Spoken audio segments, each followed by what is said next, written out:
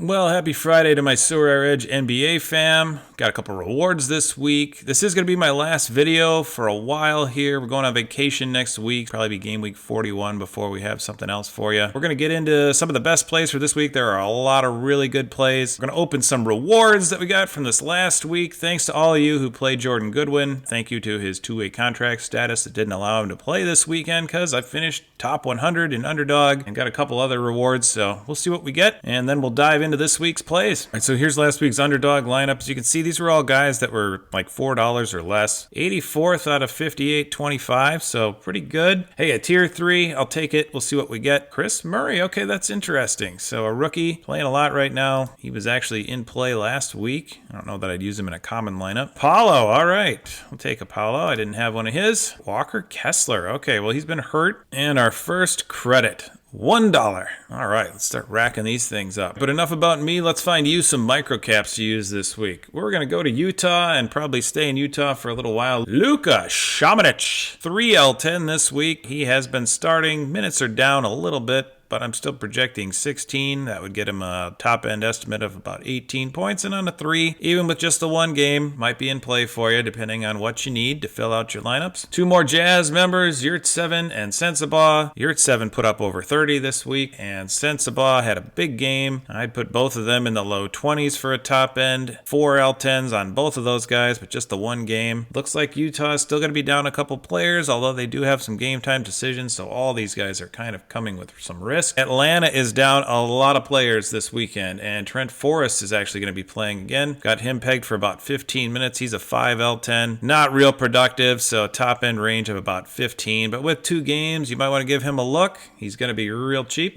Craig Porter in Cleveland, finally getting some more minutes. Guy I really like. 6 L10. That could get him in a range of about 25. Gets 13 minutes. If he gets more than that, this guy could have a big game for you. Cleveland's without quite a few guys. Keon Ellis playing more again in Sacramento, back in the rotation, getting about 16 right now. He's also a 6.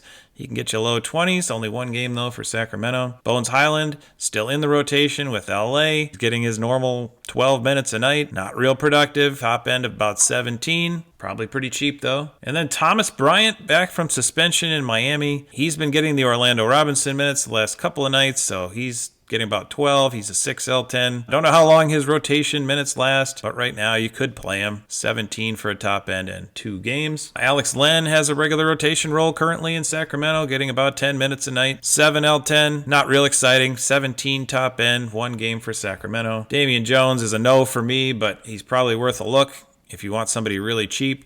Cleveland just down so many players in the front court. 2 games this weekend.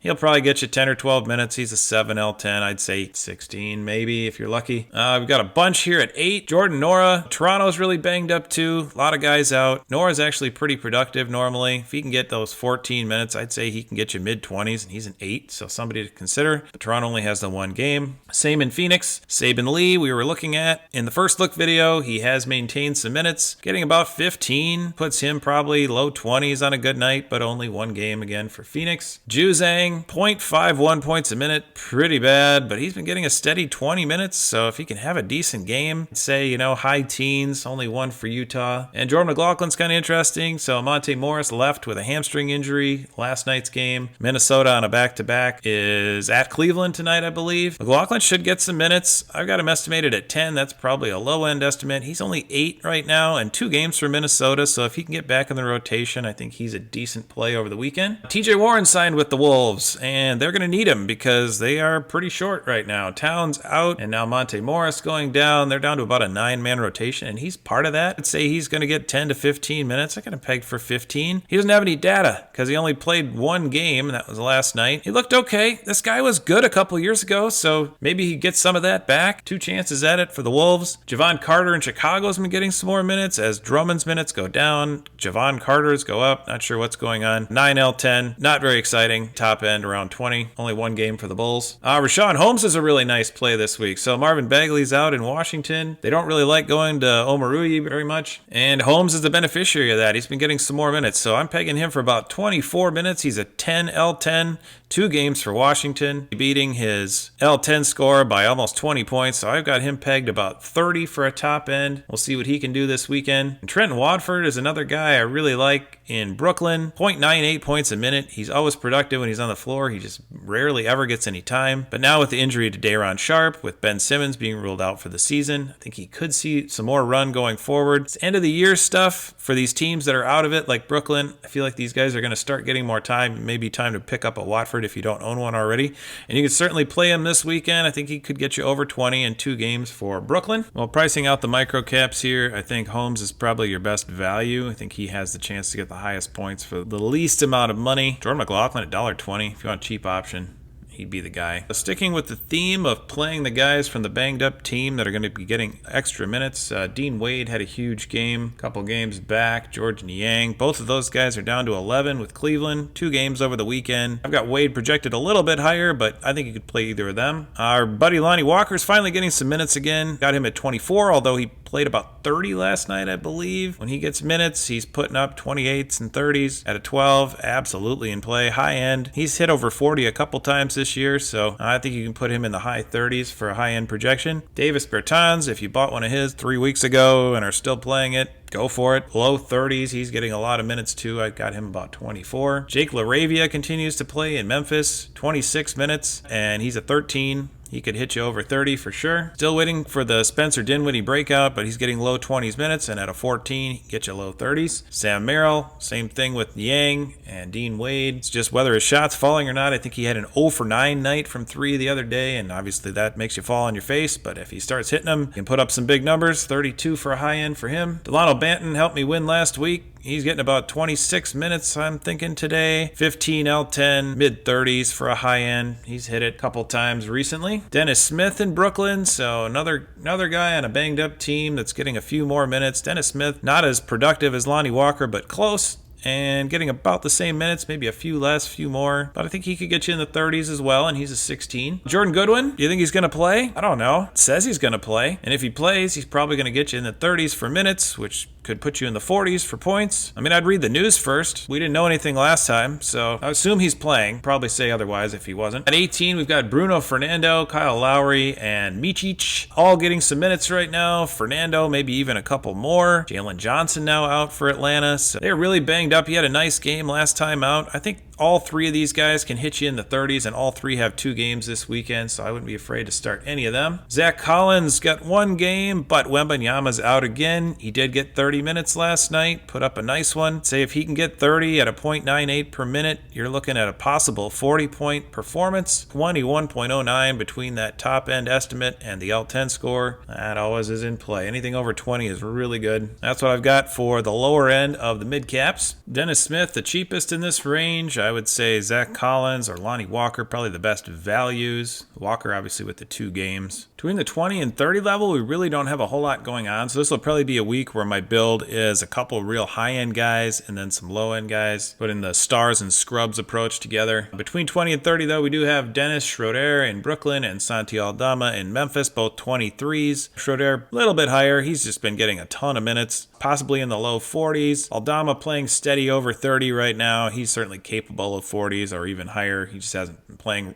real well lately. Jordan Clarkson in Utah, obviously with them banged up, he's become option number 1. 45.81 for a high end, really good. Only 1 game for Utah, but you see that 20 number for the difference. That's what we're looking for. Nick Claxton, still only a 26, getting bigger minutes in Brooklyn with their injuries, especially up in the front court. He should be playing a ton of minutes. I've got him for 33. He can get you high 40s, 2 games for Brooklyn. Give him a look. Harris LeVert, with all the guys out in Cleveland, 34 minutes, 27 L10. He can certainly get you high 40s on a good night too. 2 games for Cleveland. And Bogey in Atlanta with Atlanta's injuries. He's playing way more minutes than he normally does. 35 is what I have him pegged at. His season average is under 30. 28 L10. 2 games for them, and I see him getting in the mid-40s as well. Let's check out some pricing on the upper end here of the mid-caps. Aldama's your cheapest at $3.95 and goes up from there. Claxton all the way up to over $10. You could certainly use some of these guys if you need someone in this range, but like I said, I will probably be going higher end